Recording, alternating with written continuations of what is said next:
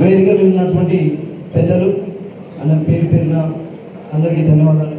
అదేవిధంగా వేదిక ముందు ఉన్నటువంటి భారత రాష్ట్ర సమితి కార్యకర్తలు, బూత్ లెవెల్ నాయకులు, నేను ఎస్ఐఆర్ ఈ అవగాహన సమావేశంలో ఎస్ఐఆర్ గురించి మాట్లాడదాం అనుకున్నా. అయితే వెనకాల మన భారత రాష్ట్ర సమితి బలపరిచినటువంటి సర్పంచులు ఉన్నారు. అన్న మా సమస్య చెప్పే జరా గ్రామాలలో కాంగ్రెస్ పార్టీకి సంబంధించినటువంటి విలేజ్ ప్రెసిడెంట్లను నడుస్తుంది, మేము సర్పంచులు తెలిసిందానా మమ్మల్ని ఇబ్బంది పెడతా ఉన్నారని చెప్పేసి చెప్తా ఉన్నారు.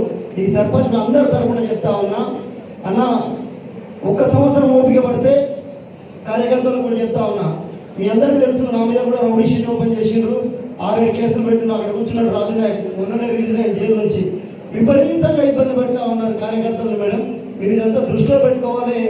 రేపొద్దున కౌంటింగ్ జరుగుతూ ఉంటే భారత రాష్ట్ర సమితి ఆధిక్యంలోకి వచ్చిన మరుక్షణం నుంచి స్టార్ట్ చేద్దాం.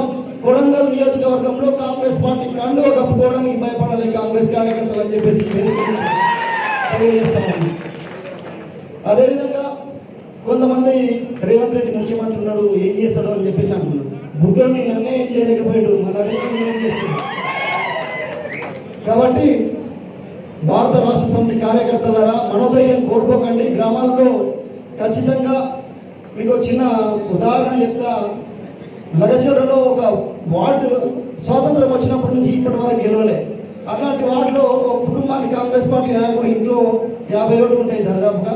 ఆ వార్డు మొత్తం కాంగ్రెస్ పార్టీకి సంబంధించింది.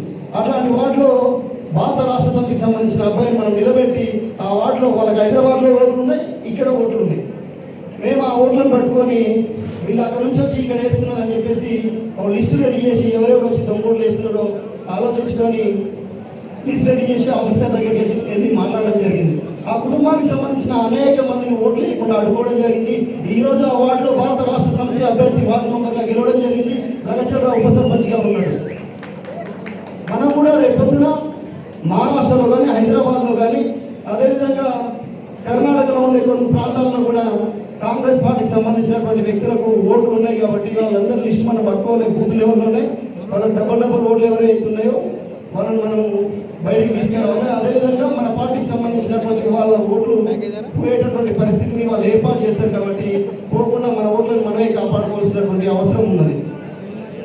అవకాశం ఇచ్చినటువంటి పెద్దలందరికీ ధన్యవాదాలు. జై తెలంగాణ. గట్టిగా నాలో ఏమైనా లంచ్ టైం అయినప్పుడు భయపడుతుందా? జై తెలంగాణ. కేసీఆర్ గారు